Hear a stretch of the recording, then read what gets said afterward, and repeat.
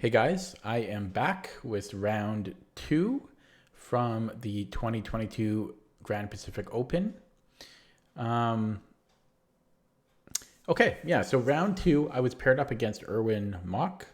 He is a very, very young um, player here. I've actually played him twice before. The first time I played him, I think he was like 6 or 7 years old. His head barely was over the table. I'm not even exaggerating. Like the table was here, his head was like here, because he was like 6 or 7, and he's also a really small kid, like short. Um, I've also played his sister once as well. So the first time I played him, it was like a really sharp Nydorf, and I think it might no yeah I think though yeah. Anyways, I won the first game, and then I played him about a couple years later, and it was a draw. And so I was scared. Oh boy, this time, third game. Well, if that pattern continues, it's his turn to beat me. Um, he is rapidly improving. Like the first time I played him, he was like 700 or something, or no, maybe more. He might have been 800 or 900. And then I think he was like 1100. Now he's 1300 and still underrated. Like he's strong. He's probably like 2100 Lichess type strength or more. Um, yeah. So the first two times I played him, I was white, so I didn't really know what he was going to play. Um, I did actually do a little bit of prep for him, so but it wasn't that helpful. It basically, yeah, it wasn't really helpful basically. Okay. So if you're not a regular viewer of my stream, just realize that these are CFC ratings and they are quite deflated.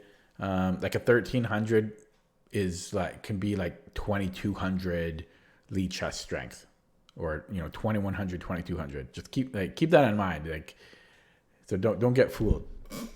I mean, same goes for me, right? I'm 1504 at the time of this tournament, and I'm currently 2289 Lichess Rapid. So, okay. Anyways, he played d4, play knight f6, c4, e6, knight c3, bishop b4 for Nimzo, and he played queen c2 for the classical Nimzo. I mean, he's so young. He's such a young kid, such a small little kid, and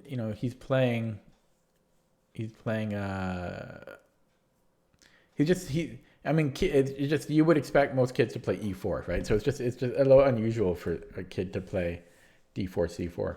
Anyways, he played a3, bishop takes, queen takes, b6. He played bishop g5,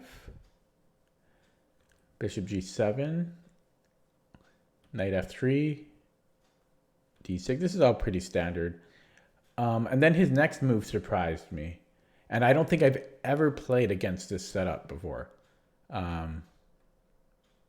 You can probably guess what the move is if it's surprising. I don't think it's a bad move, but it's interesting that I've never seen it before. He played g3. Yeah, and I don't think I've ever seen that before. And then I wonder why not. I mean, because normally white will play e3, bishop d3, queen c2 type setup. So this was strange. I'm not sure if this is like something that he regularly plays. I mean, he played it quickly. Yeah, he played it quickly, so. Oh man, my throat's getting dry. Let me take some water here. Okay. I was thinking about maybe recording all 6 rounds today, back to back, but this is a long game, and my throat's not going to be able to handle it. Okay. Yeah, I played knight bd7, bishop g2. I thought for a little while here. There's stuff to consider, especially when I'm not used to this whole g3 setup here. You know, I was thinking like, do I play rook c8, c5? But this pin is annoying. And so I played h6. And I was wondering what I'm going to do about bishop f4, and I forget what I ended up deciding. I think I was just going to let him stay there for a while. I forget what I had planned. But he actually took, which the computer said was fine. I took back, he castled. And then I played 94. Typically in these setups, black wants to plop a knight on e4. Like often you don't really have to think about it. Usually the knight likes to be on e4. So I played it. And he played queen c2 and played f5. Rook a d1. And then I thought for a while here. Let's see. How long did I think? Yeah, 5 minutes. Thought for 5 minutes on my next move. I'm reading I've got notes here in ChessBase. Yeah, so my fear here was knight d2. Because how do I deal with knight d2? And this was new territory for me because I don't think I've ever seen white fianchetto. How do I do arrows? How come I can't do arrows? There we go. Oh, wait. Yeah, how come I can't? Oh, I have to right click? Oh, that's weird. Okay. How come? I mean, I was unfamiliar with white fianchettoing here. And so I wasn't used to having to be, how do I get, oh, do I have to undo it this way? Oh, that sucks. Okay. I'm not going to do arrows anymore. It's too annoying in ChessBase.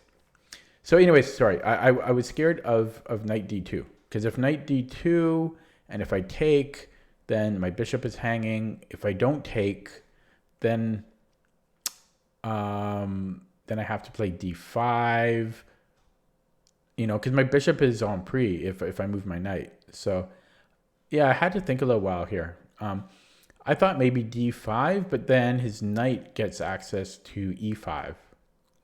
And then it gets access to g6. So I didn't want to play d5, but then I just kept thinking knight d2, knight d2. What am I going to do about knight d2? Right? Because knight d2, I move my knight, my bishop falls. If I take the knight, he takes my bishop. And if I take the rook, then he takes my rook. Now, so I ended up playing d5. I didn't want to, but I felt it was a necessary evil that I had to protect my knight on e4. I thought, okay, he's going to get the knight on e5, but it's just, yeah, again, it's a necessary evil. I'm just going to have to dance around it. In turn, I will also have an annoying knight for him. But this was a mistake, the computer says. And it's a mistake because it allows knight e5, and we don't have to allow that. Because knight d2 is actually not a problem. I just simply miscalculated. I didn't really calculate much. My problem was I didn't really calculate it properly. I was kind of sloppy in my calculation. I didn't do a proper calculation. And I think it's because I don't have the engine running, but I'm just remembering from my previous analysis. I think if knight, how do we do it here? It's my move. Yeah, so if I just made a random move, let's say here, I can just take. I can take the knight, and if he takes the bishop, I can just take the rook, and then if he takes my rook, I can actually have a desperado. I can just take on g3 because his bishop is also under attack. So I could have just taken on g3 here. I can't do arrows, man. Okay, and then I have to redo it. I wish there was a way that you could. Oh wait, can I get rid of the arrow by clicking here? Ooh, okay, that helps.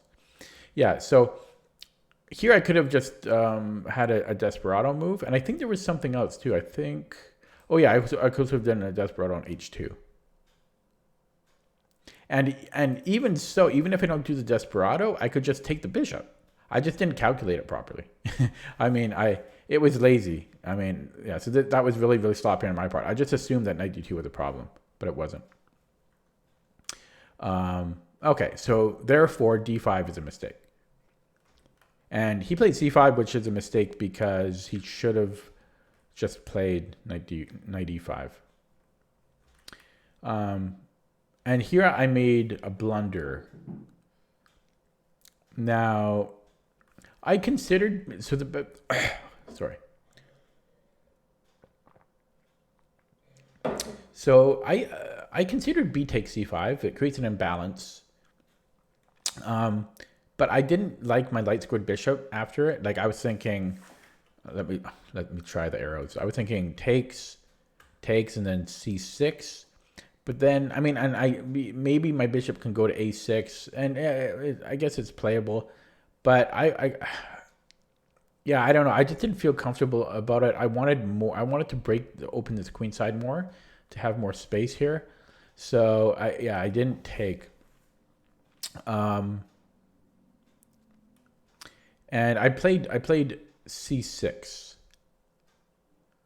So I thought if he takes on b6, I can go ab, and then I have the open a file for my rook, and I have one long pawn chain. And then if he doesn't take, I could threaten to take, opening up the b file, or I forget exactly, or I'm thinking maybe even, I was thinking I might even just play b5, a5 and close it up, even though I have a really bad bishop. Maybe I can just lock things up, because I actually will probably end up with more space than white because of the king side. Now the problem with c6 is that the knight can now go to e5 uncontested for the, not for the rest of the game, but the only thing that can ever contest it is if is my knight on e5. That's the only ever way to challenge his knight. Oh man, my throat's not going to last. I can't talk for too long or my throat just gets hoarse. Okay. So anyways, if I had simply taken the pawn, he has to take back, and now his knight can't really remain here because he has no d pawn to protect this square. Now, and I think it was, yeah, because I could have just taken. So b takes c6, and then d takes c6, and then I could even just play queen f6, and then the knight can't go into e5. So I mean, this was not complicated, but yeah, I wasn't. I mean, I made a few mistakes. Anyways, he played b4, and then I played a5, rook a1, b takes c6. This wasn't the computer's favorite plan, but I wanted to play on the queen side still and do something with my light squared bishop before it was locked in forever. So I don't really regret b takes c5. I think it was not terrible. B takes, yeah, bishop a6 as planned, knight e5, queen c7, because he's attacking c6, right? So we have to protect c6. Rook a b1, rook a b8, rook fe1, and his knight is too annoying, too dangerous, so I had to, his knight had to go. So I came up with the obvious plan of challenging it. Right? We've got time to maneuver. The pawn structure is it's not really going to change, and yeah, we have time to shuffle pieces around now. So I gotta challenge his knight. So knight f6, a4. Whoops, sorry. Oh man. Okay, a4, and then knight d7 is planned. So my plan is good, except it's actually a blunder, and it's not that simple to see. This, yeah, I could have lost the game here, basically. So, as a lot of chess YouTubers say, here you could pause the video and try to find the tactic. I don't think it's easy. I mean, I was I was pretty surprised when the engine after the game told me that there was a tactic here.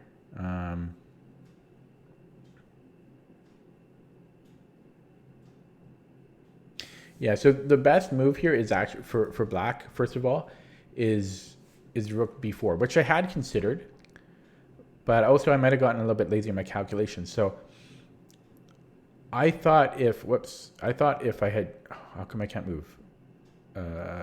Oh, it's his turn. Yeah. So if I had played rook before, I looked at this and then I just kind of assumed that this would be too much babysitting of the pawn. I thought something like this, and I thought eventually the pawn will fall, but that's not the case. Again, I don't have my engine on, but for one thing, I think he just drops a pawn, right, on e2 here. Oh, I'm so bad at highlighting in ChessBase. But yeah, I actually could have taken and held the position. I just kind of assumed I wouldn't be able to hold that pawn after captures, or even rook here first, and same idea.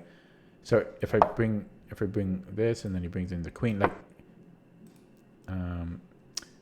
I think I even at this point could, yeah, maybe play queen a5 and then hold. I think this is holding. Oh no, because we're going to drop our pawn. So, well, we don't have to protect the pawn now. Maybe now I play knight d7, but black is fine here for sure. So I could have played rook before. Now the reason why knight d7 is a blunder is, I mean, if you spot the reason why it's a blunder, good job. I mean, again, if someone had told me during the game that this is a blunder, there's a tactic for white, I might have been able to see it. But, you know, when it's always easier when you know there's a tactic, right? So anyways, if you're curious, the tactic was white can simply just take, and this is hard. So by the way, this is actually what happened in the game. So I'll just continue on. So this is what happened in the game. And then he played f4. And the reason this is a blunder because he missed the tactic. So the tactic, and I think it's not simple, but it's simply rook. Well, I shouldn't say simply, but it's rook b6. I think that's a hard move to spot. I mean, if I didn't have a rook on, how do I highlight here? Okay, if I didn't have a rook on b8, then rook b6 is completely natural. That's like the first move that comes to mind. But with a rook on b8, I never consider rook b6 because I'll just take, right? So if we take and then white takes back, the issue is that my pawn on a5 is now undefendable, basically. So white can just bring in his queen and basically grab this pawn. Eventually he will get it. And then he can like bring in his other bishop. But I mean he can just grab the pawn. So I just lose the pawn. So yeah, yeah. I never would have seen that, like, unless somebody told me there was a tactic. Even then, yeah. Yeah, so yeah, just knight takes, and he played f4, but he just, if I go back here, just rook b6. I mean, I have to take, or he's just gonna take my bishop and double up. Yeah, so takes, and then he just winning that pawn. So fortunately, he didn't see it either. Again, I don't think it's a simple thing to see, but maybe I'm wrong. Maybe you guys all spotted it easily. Anyways, he played f4, and I played queen a7. Again, rook b4 was better for the same reason. He played bishop f1. Now, bishop f1 didn't faze me because I was actually kind of happy to see bishop f1. Because, I mean, if he wants to trade light squared bishops, hey, I will accept that graciously. Because if you notice, we both have light squared bishops, and he has all of his pawns on dark squares. Well, most of them, right?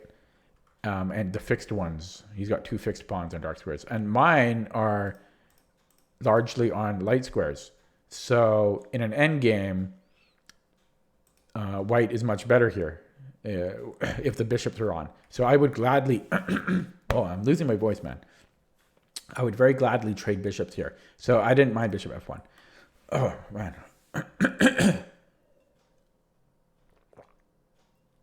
Wow, my voice is wow. I just like lost. Okay. Yeah, so I played rook f7, just doubling up, and it also kind of invited a little bit of a tactic that I thought I would be on the better side of. Oh no, not yet, but yeah. So queen c3. I played bishop c4, and then here I didn't have. Was I low on time?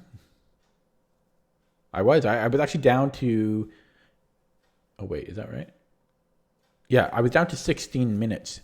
Wow. Yeah, there's a big time discrepancy. Wow. I had 16 minutes and my opponent had 55. And my voice is going.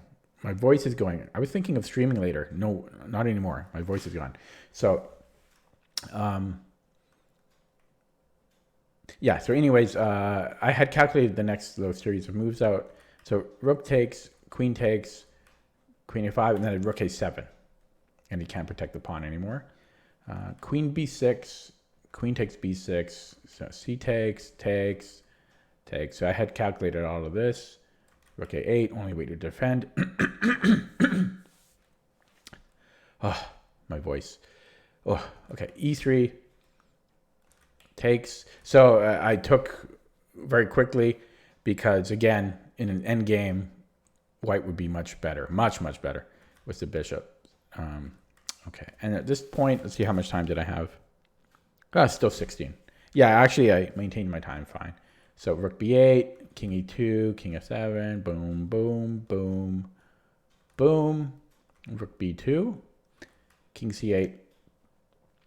And he played rook b3, and he offered me a draw, which I declined because I'm up a pawn. Well, I'm going to be up a pawn. King c3. Now this, he played king c3 here, and surprisingly, this is a mistake. It's a very natural move, but it's a mistake. The engine, I think, wants white to defend the king side here because my pawns, because b6, first of all, b6 for white is going to fall no matter what. So the problem is, I think, for white here is that my rook can infiltrate and start snacking on his pawns here. So I think it wanted white to defend his kingside pawns and try to hunker down. And I think he can hold the draw that way. So I played rook a8, h4, and then I made a mistake the next move. I played rook a6. Now I was in some time trouble at this point. Well, no, I still had 17 minutes, so I was actually fine on time, but I think, honestly, so I think this mistake was because I got a little bit excited because actually some moves back, I actually misread this position. I actually thought this was a draw. For some reason, I thought we had the same number of pawns. Well, we do, but I basically thought it was a draw for some reason. And then it wasn't until a few moves later that I realized, wait a second, I'm going to be up a pawn, and then this should be winning. Or at least very good winning chances. So then I started to get really excited, and because of that, I made a mistake on my next move. I played rook a6, which is what you would expect. But it's not the end of the world, but it would have been better to have played h5 because then I keep a reserve tempo by allowing myself b6 in the future. That gives me a reserve tempo, and it fixes white's pawns here, so that if I do end up trading rooks, then if we end up in a zugzwang position, I have this reserve tempo to rely on. So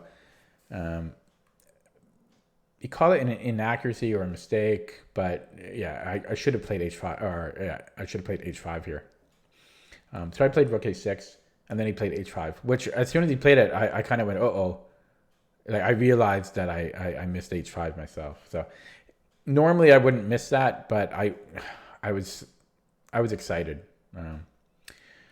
And then here, this.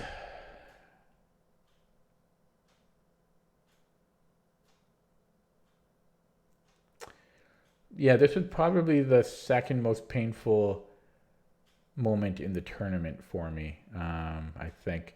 And so obviously, I was calculating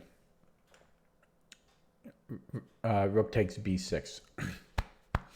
But then I got really worried about rook takes, king takes, and then king b4, and white gets your opposition. And then I kept thinking like, okay, but can I triangulate? You know, but then triangulation didn't really seem to work because white can just go back and forth. You know, back to white doesn't have to stay on this square, and the triangulation didn't really seem to help. Sorry about my throat. I don't know. My throat is gone. I hope I'm not catching anything because there was actually a guy earlier today with who's recovering from COVID. He came in and nobody was wearing masks. Yeah, we got a quote for something. So I hope. Oh, I don't know. Probably it wouldn't happen that quickly, right? I think it's just from talking. My voice can't last. Okay, sorry. So anyways, yeah, because of that, I wasn't sure. I thought that might be a draw. And so I thought, well, I played rook a1 and I thought, okay, maybe this isn't the most direct way to win, but it might be the more safer way to win. Just infiltrating back here, maybe grabbing the h5 pawn, and it might take a lot longer to win, but it'll be more guaranteed. But that's a blunder. Rook a1 is actually a draw. Now, what I missed here is that I actually should have taken, and it's such a simple idea that I just totally overlooked. But yes, white will get this is all true. White will get the opposition, and we can't triangulate. But we simply just give up the pawn. We just give up the pawn. We don't have to, I mean, we can actually just give up the pawn. He has to take, otherwise we will just push it and then have an extra pawn, or I could take or whatever. So he has to take, and then I simply just go king c6. And then that just wins. I just simply overlooked that. I mean, I don't know. It's embarrassing. I mean, it's embarrassing, but what can I say? It happened. But I guess it's a hard, it's a few moves away, but I just give up the pawn. And it's something I just don't consider, right? Like, give up the pawn. But then so anyways, so rook a1 is a mistake, or a blunder, because he played king d2, rook g1, rook a3, rook takes, check, takes, rook e7. And I didn't even see rook e7. Like, I was a little bit lower on the time at this point. Well, 11 minutes, but I didn't even consider rook e7. Like, when he played it, it surprised me. For some reason, I just didn't see it. But nothing I could have done about it anyways. Rook h3, rook takes e6, rook takes h5, rook g6, king b5. And then this was yet another blunder that cost me the game. So my thinking was that I should try to activate my king to try to control c5 at some point, something like that, and then bring my rook back, and then maybe grab this pawn, something like that. Now, this one I kind of forgive myself because it's not really simple to see, and it's actually it's not so straightforward.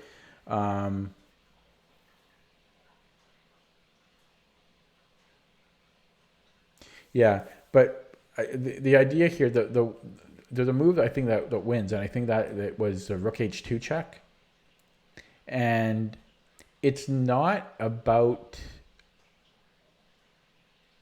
getting our king in here. It's really to give room and to I'm trying to get rid of the arrows. It's about basically giving a check with tempo. So, and then it's about pushing the h pawn. So we get to give a check with tempo and then push the a pawn. And I think the idea here is that white now cannot escape my checks. I can basically put the pawn on the 7th rank, and then eventually like give a check and then promote. It's and white doesn't have a Vancouver like defense anymore.